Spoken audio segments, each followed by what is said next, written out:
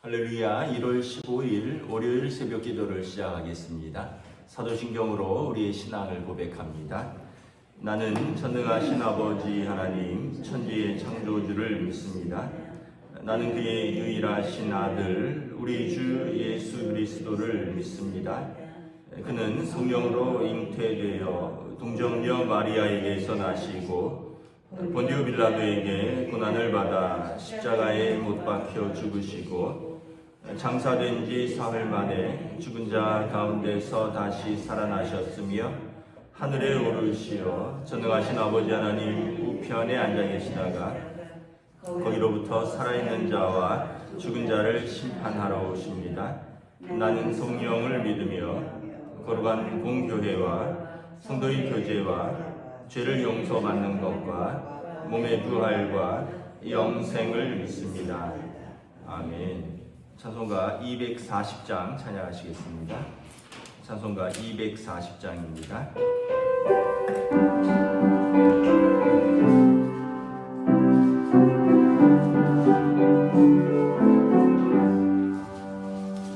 주가 맡긴 모든 역사 힘을 다해 마치고 맑고 밝은 그 아침을 맞을 때 요단강을 건너가서 주의 손을 붙잡고 기쁨으로 주의 얼굴 배우리. 나의 주를 나의 주 내가 그의 곁에 서서 배우며 나의 주를 나의 주를 손에 발자국을 보아 알겠네. 하늘나라 올라가서 주님 앞에 절하고 온유하신 그 얼굴을 배울 때 있을 곳을 예비하신 크신 사랑 고마워 저의 주께 깊은 찬송 드리리. 나의 주를 나의 주 내가 그의 곁에 서서 배우며 나의 주를 나의 주를 손에 발자국을 보아 알겠네. 이 세상을 일찍 떠난 사랑하는 성도들 나를 맞을 준비하고 있겠네. 저희들과 한 소리로 찬송 부르기 전에 먼저 사랑하는 주를 배우리. 나의 주를 나의 주 내가 그의 곁에 서서 배우며 나의 주를 나의 주 손에 발자국을 보아 알겠네. 영화로운 시온 성에 들어가서 다닐 때 흰 옷 입고 황금길을 다니며 근거운 것만 주어서 새 노래를 부를 때 세상 고생 모두 잊어버리리. 나의 주를 나의 주를 내가 그의 곁에 서서 배우며 나의 주를 나의 주를 손에 발자국을 보아 알겠네. 아멘. 오늘 우리에게 주신 하나님 말씀은 신약성경 마가복음 6장 14절에서 29절까지 말씀입니다. 마가복음 6장 14절에서 29절까지 말씀입니다. 다 찾으신 줄 알고 저와 여러분들이 한 절씩 교도하도록 하겠습니다. 이 예수의 이름이 드러난지라 헤롯 왕이 듣고 이르되 이는 세례 요한이 죽은 자 가운데서 살아났도다. 그러므로 이런 능력이 그 속에서 일어나느니라 하고, 어떤 이는 그가 엘리야라 하고, 또 어떤 이는 그가 선지자니 옛 선지자 중에 하나와 같아 하되, 헤롯은 듣고 이르되 내가 목벤 요한 그가 살아났다 하더라. 전에 헤롯이 자기가 동생 빌립의 아내 헤로디에게 장가든 거로 이 여자를 위하여 사람을 보내어 요한을 잡아오게 가두었으니, 이는 요한이 헤롯에게 말하되 동생의 아내를 취한 것이 옳지 않다 하였습니다. 헤로디아가 요한을 원수로 여겨 죽이고자 하였으되 하지 못한 것은 헤롯이 요한을 의롭고 거룩한 사람으로 알고 두려워하며 보호하며 또 그의 말을 들을 때 크게 번민을 하면서도 달갑게 들음이러라. 마침 기회가 좋은 날이 왔으니 헤롯이 자기 생일에 대신들과 천부장들과 갈릴리 귀인들로 더불어 잔치할세. 헤로디아의 딸이 친히 들어와 춤을 추어 헤롯과 그와 함께 앉은 자들을 기쁘게 한지라. 왕이 그 소녀에게 이르되 무엇이든지 내가 원하는 것을 내게 구하라 내가 주리라 하고, 또 맹세하기를 무엇이든지 내게 구하라 내 나라의 절반까지라도 주리라 하거늘, 그가 나가서 그 어머니에게 말하되 내가 무엇을 구하리이까? 그 어머니가 이르되 세례 요한의 머리를 구하라 하니, 그가 곧 왕에게 급히 들어가 구하여 이르되 세례 요한의 머리를 소관에 얹어 내게 주기를 원하옵나이다 하니, 왕이 심히 근심하나 자기가 맹세한 것과 그 앉은 자들로 인하여 그를 거절할 수 없는지라. 왕이 곧 수의병 하나를 보내어 요한의 머리를 가져오라 명하니, 그 사람이 나가 fog에서 요한을 목베어 그 머리를 수관에 얹어다가 소녀에게 주니 소녀가 이것을 어머니에게 주니라. 요한의 제자들이 듣고 와서 시체를 가져다가 장사하니라. 아멘. 할렐루야. 오늘도 새날을 주셨습니다. 또 새로운 한 주가 시작됩니다. 하나님께서 은혜와 평강으로 함께해 주시기를 축복합니다. 오늘 말씀에 의로운 분 두 분이 나오고 악인 두세 사람이 나오죠. 또 악인도 악한 사람이 있고 더 악한 사람이 있다는 것을 오늘 보여줍니다. 의로운 분은 일단은 예수님과 세례 요한입니다.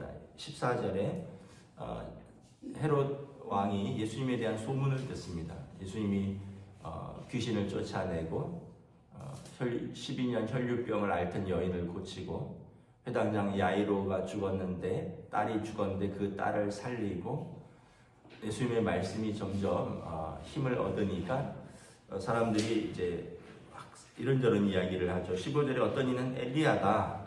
엘리야는 선지자 중에 선지자를 대표하는 분입니다. 구약에 엘리야가 기도한즉 3년 6개월 동안 땅에 비가 아니 오고 다시 기도한즉 땅에 비가 왔다라고 말하죠.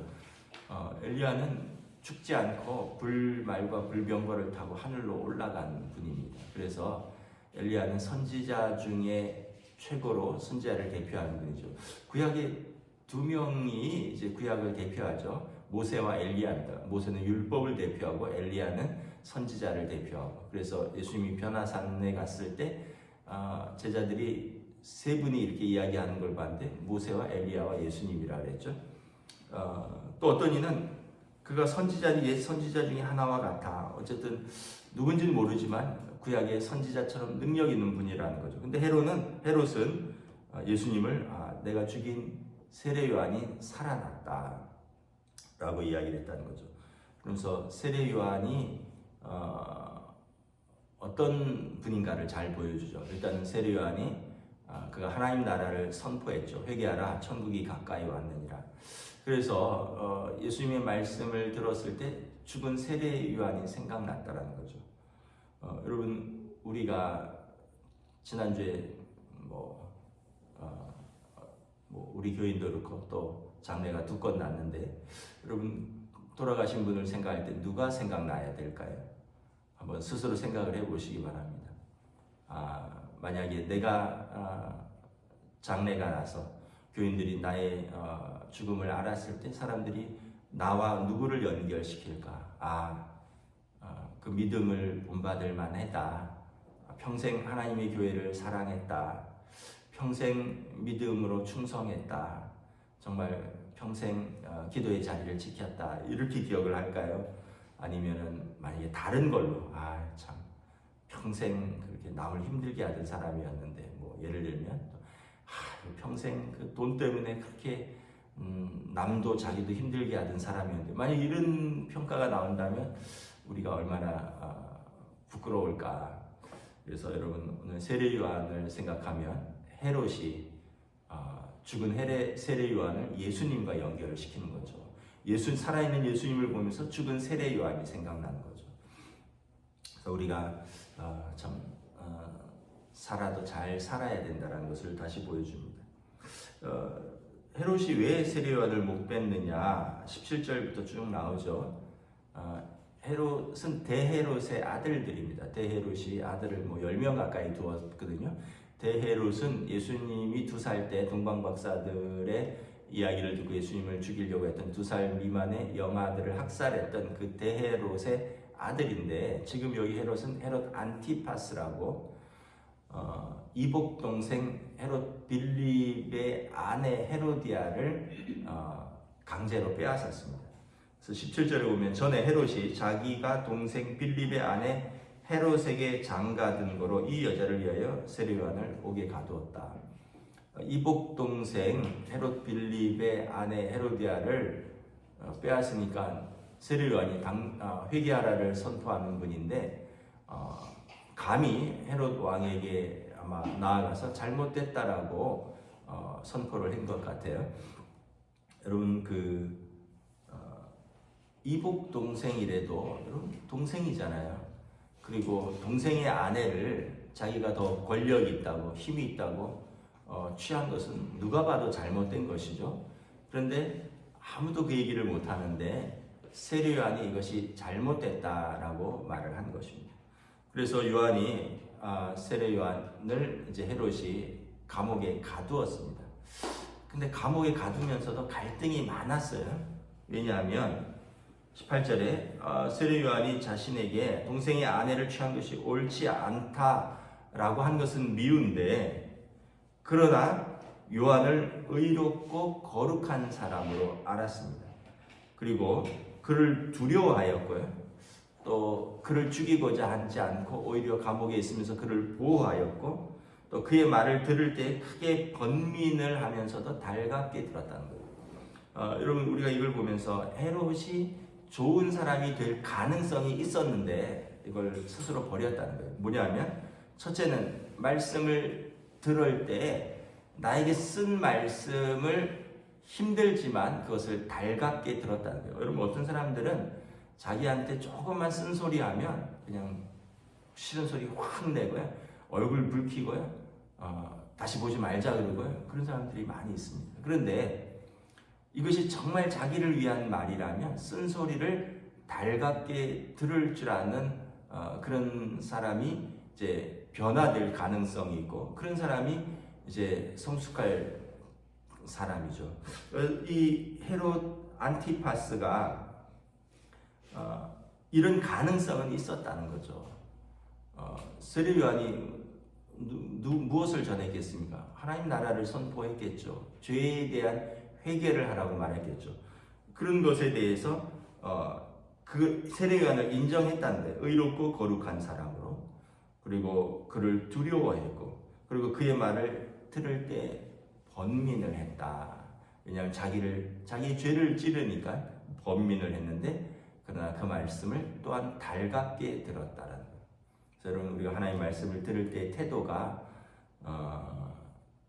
우리가 일주일 동안 힘겹게 살지만 또 일주일에 한 번 주일날 교회에 가서 하나님 말씀을 들을 때 때로는 죄에 대한 책망이 있을 수도 있습니다. 그러면 이제 우리들 마음에 일주일 동안 그렇게 힘들었는데 위로의 말씀, 은혜의 말씀을 해야지 왜 죄에 대하여 책망에 대한 말씀을 하느냐, 섭섭하다 이렇게 생각할 수도 있는데, 여러분 목회자가 어떤 개인적인 어떤 감정으로 전하는 것이 아니라면 하나님의 말씀은 살아있고 운동력이 있고 좌우에 날선 어떤 검보다도 예리하여 우리의 영과 혼과 관절과 골수를 찔러 쪼개고 나누는 힘이 있어요. 그래서 여러분 쓴 약이 몸에 좋다고 하듯이 여러분 우리의 마음을 번민을 일으키는 때로는 우리를 찌르는 말씀이라도 여러분 그것이 나에게 하나님께서 주시는 말씀이라고 생각되면 잘 받아야 됩니다.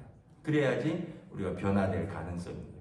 그래서 여러분 위로의 말씀, 은혜의 말씀이 아니라 나를 찌르는 말씀, 또 그것 때문에 내가 고민이 된다면 이것이 나와 부딪힌다는 뜻이거든요. 지금 헤롯이 번민이 된다 그러잖아요. 그러니까 그 말씀이 나에게 고민을 던져주고 내 마음에 뭔가 변화를 일으킨다면 그 말씀을 붙들어야 되는 것이죠. 그런데 이제 그 기로에서 어떤 일이 일어났느냐, 21절부터 쭉 보면 헤롯이 생일날 사람들을 많이 불렀어요. 사람들을 많이 부르고 잔치를 벌이는데 이 헤로디아의 딸 살로메가 이렇게 춤을 추었습니다. 22절에 보면 뭐 어떤 춤을 추었는지는 모르지만 뭐 왕과 그 앉은 자들을 기쁘게 하였다. 그래서 헤롯이 뭐 어떤 면에서 보면 재혼해서 얻은 딸의 마음을 살려고 무슨 소원이든지 이야기해라, 내가 들어주겠다. 뭐 왕이니까 뭐든지 구해줄 수 있겠죠. 뭐 금은 보석이라든지 뭐 어떤 좋은 말이라든지 뭐 집이라든지 뭐 해줄 수 있겠다 했는데 이 살로메가 돌아가서 엄마한테 이야기를 합니다. 이래서 무엇이든지 준다 하는데 내가 무엇을 구할까요? 했더니 여기에 아주 악한 여자, 헤롯도 악한데 헤롯보다 더 악한 여자가 있었죠. 그 여자가 뭐라고 합니까? 세례 요한의 목을 구해라. 여러분 이 여자가 얼마나 악하냐 하면 우리가 두 가지만 모두 알 수 있습니다. 첫째는 세례 요한의 목을 구한다. 사람의 생명을 아무렇지도 않게 여기니까 악한 것이죠. 두 번째는 남편을 발로 차버리고 더 좋은 사람한테 가버린 여자입니다. 사촌형이잖아요. 남편의 사촌형한테, 사촌형이 아니라 이복형이잖아요. 자기 남편보다 헤롯 빌립도 분봉왕입니다. 자기 남편보다 더 힘세고 더 권력 있고 더 부한 것 같습니다. 뭔가 그러니까 남편도 그냥 냅다 버리고 간 여자예요. 그러니까 이 여자에게서 선한 것이 뭐가 나올 수 있겠습니까? 그러니까 살롬의 딸도 그 엄마의 그 딸이죠. 엄마가 그러면 아니 어떻게 그런 걸 구하냐 이렇게 얘기를 해야 되는데 냅다 가서 세례 요한의 머리를 구합니다. 26절에 왕이 근심을 합니다. 그런데 자기가 맹세한 것과 그 앉은 자들로 인하여 그를 거절할 수 없는지라.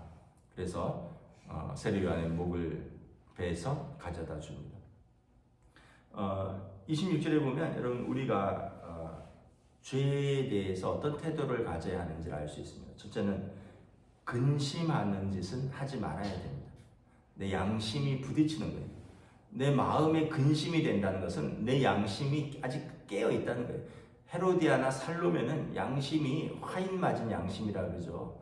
그러니까 이것을 하면서도 이것이 나쁜 줄을 몰라요. 근데 아직 헤롯은 근심을 한다는 거예요. 그 얘기는 뭡니까? 양심이 아직 살아있다는 얘기죠. 아까 그의 말을 들을 때 크게 번민을 하면서도 달갑게 들음이라. 아직 그는 변화될 가능성이 있는데 그 양심을 저버린 거예요. 여러분 우리가 마음에 부딪히는 일은 하면 안 됩니다. 우리가 이런 마음이 들었어요. 에이 눈 딱 감고 하지 뭐. 그러면 안 된다는 거예요. 왜요? 내 양심이 부딪히는 것은 우리 양심은 여러분 하나님께 반응하도록 만들어져요. 로마서에 보면 믿는 사람들은 말씀의 법에 반응을 하고요. 믿지 않는 사람들은 그 양심이 그에게 율법이 된다 하였습니다. 하나님을 알지 못한 사람도 양심이 그에게 율법이 되는 거예요.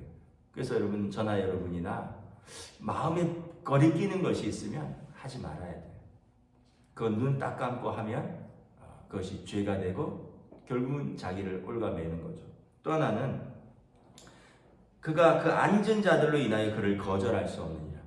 체면 때문에 살지 말라는 거예요. 우리가 체면 때문에 아유 내 체면에 내가 말하는 것인데, 여러분 잘못 말하는 것은 뒤집으면 돼요. 잘못 말한 거라면 제대로 말한 거라면 손해가 돼도 지켜야 되지만, 잘못 말한 거라면 그것은 여러분 하나님도 사람도 이해가 되는데, 체면 때문에 그 자리에 왕이 자기가 한 말 때문에 뒤집지를 못했어요. 그래서 마음에 번민이 일면서도 그냥 했다는 거죠. 대표적인 사람이 누가 있습니까? 본디오 빌라도가 있잖아요. 그가 예수님을 신문하면서 예수님에게 죄가 없다라고 얘기를 했죠. 더군다나 그 부인 클라우디아가 본디오 빌라도에게 말합니다. 내가 어제 꿈을 꿨는데 저 사람이 예수 때문에 힘들었나이다. 저 사람에게 무죄하니 아무 짓도 하지 마세요. 그러니까 부인도 본인도 이게 뭐가 잘못된 건지를 알아요. 그런데 유대인들이 밑에서 예수를 십자가에 못 박으라, 예수를 십자가에 못 박으라. 그래서 본디오 빌라도가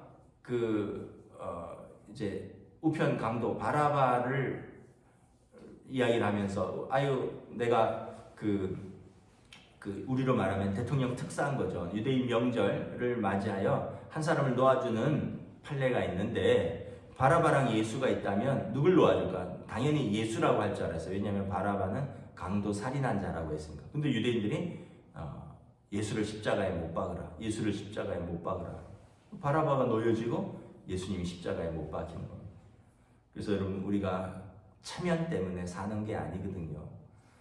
우리가 체면 때문에 양심을 저버릴 것도 없고, 남의 시선 때문에 내가 하지 말아야 할 것을 할 이유도 없고, 우리는 누구를 의식해야 되느냐? 하나님을 의식하면서 사는 거죠. 사람을 의식하면서 사는 게 아니라.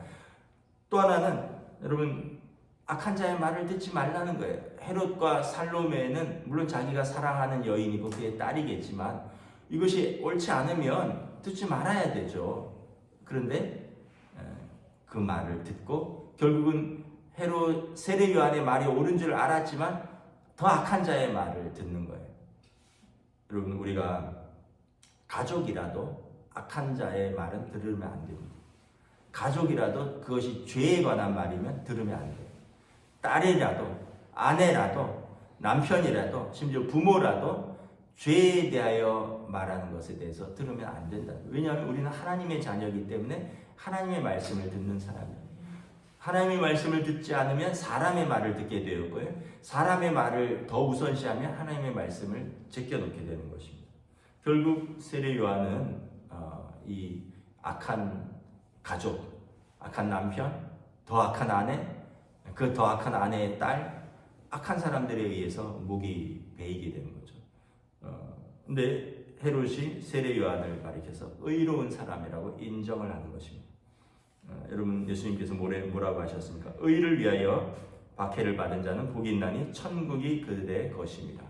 세례 요한은 어디 있을까요? 천국에 있죠. 헤롯은 어디 있을까요? 살로메는 어디 있을까요? 헤로디아는 어디 있을까요? 지옥에 있겠죠. 의인을 못 빼었고 자기 남편을 버렸고 그리고 무죄한 자를 죽이는데 모의를 했던 사람들.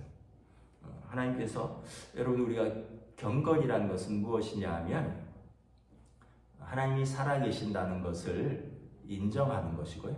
그리고 하나님께서 의인에게 상 주시고 악인에게 벌 주신다는 것을 믿는 것입니다. 이것이 여러분 하나님 경외함 거룩입니다. 기도하겠습니다. 하나님의 은혜를 감사합니다. 오늘 우리가 다시 한번 말씀을 통하여 어떤 말을 들을 것이고 또 어떤 말에 귀 기울이지 말아야 하는가, 우리가 또 우리 안에서 말씀을 들을 때 번민이 있고 또 우리를 찌르는 말이라 할지라도 이것이 합당한 말이라면, 때로는 이것이 하나님께서 내게 주신 말씀이라면 기꺼이 들어야 된다는 것, 그리고 아무리 달콤한 말이고 이것이 아무리 심지어 가족의 말이라 할지라도 이것이 하나님의 말씀을 어기는 것이요 생명을 다른 사람을 해하는 것이라면 우리는 그 말씀을 들어서는 안 된다는 것을 다시 한번 깨닫습니다. 우리는 하루를 살아가면서 수많은 말들을 듣습니다. 다른 사람들과 이야기를 하면서 이야기를 듣기도 하고, 또 뉴스라든지 뭐 여러 가지 방송 매체와 또 유튜브나 이런 것들을 통해서 말을 듣기도 합니다. 우리가 다 듣는 대로 반응하는 것이 아니라 분별할 수 있는 능력을 더하여 주시옵소서.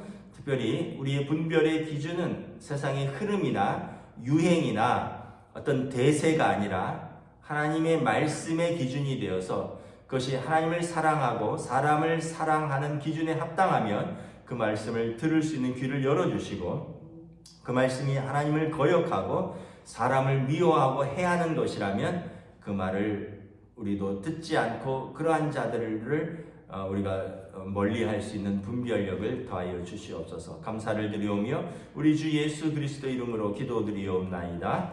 아멘. 하늘에 계신 우리 아버지, 아버지의 이름을 거룩하게 하시며 아버지의 나라가 오게 하시며 아버지의 뜻이 하늘에서와 같이 땅에서도 이루어지게 하소서. 오늘 우리에게 일용할 양식을 주시고 우리가 우리에게 잘못한 사람을 용서하여 준 것 같이 우리 죄를 용서하여 주시고 우리를 시험에 빠지지 않게 하시고 악에서 구하소서. 나라와 권능과 영광이 영원히 아버지의 것입니다. 아멘.